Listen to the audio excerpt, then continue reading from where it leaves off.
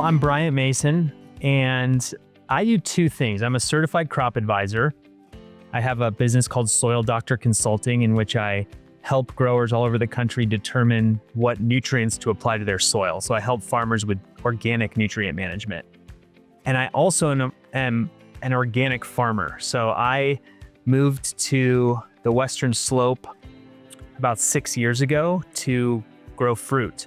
So I have a peach orchard that I planted about 4 years ago. So I spend about half my time on my farm growing fruit and vegetables. So I'm very involved in agriculture from those two different angles. When you're farming, you're constantly interacting with ecology.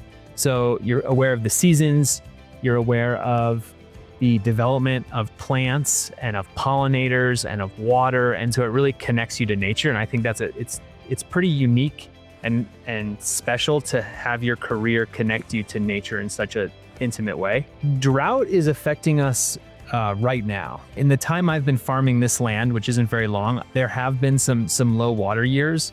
This one is shaping up to be the worst. I checked our SNOTEL station that's most directly related to our irrigation runoff, and it's at 50% of the median. So unless something turns around really quickly, we're gonna have a really bad irrigation year. So it's never felt more acute than right now. Everyone in my area gets irrigation water from a different source. And so everyone sort of is dealing with it in a slightly different way.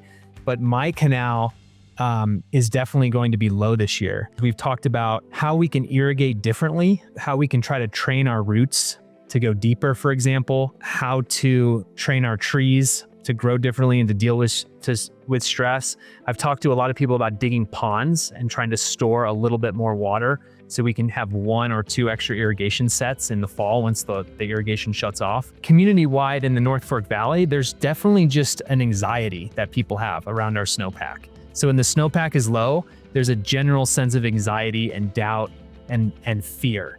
And I don't know how that translates into specific actions, but you can feel it. It's a very real thing. Speaking just from the farming community, I think the best action that farmers could take is installing more measurement devices and soil moisture sensors, just to have an understanding of how much they need to water and for how long, and knowing if and when they need to water. Usually we just follow a schedule. When we have the water, we use it. When we don't, we don't. But I think we could really improve our understanding of when and where the water's going with more sensors and flow devices.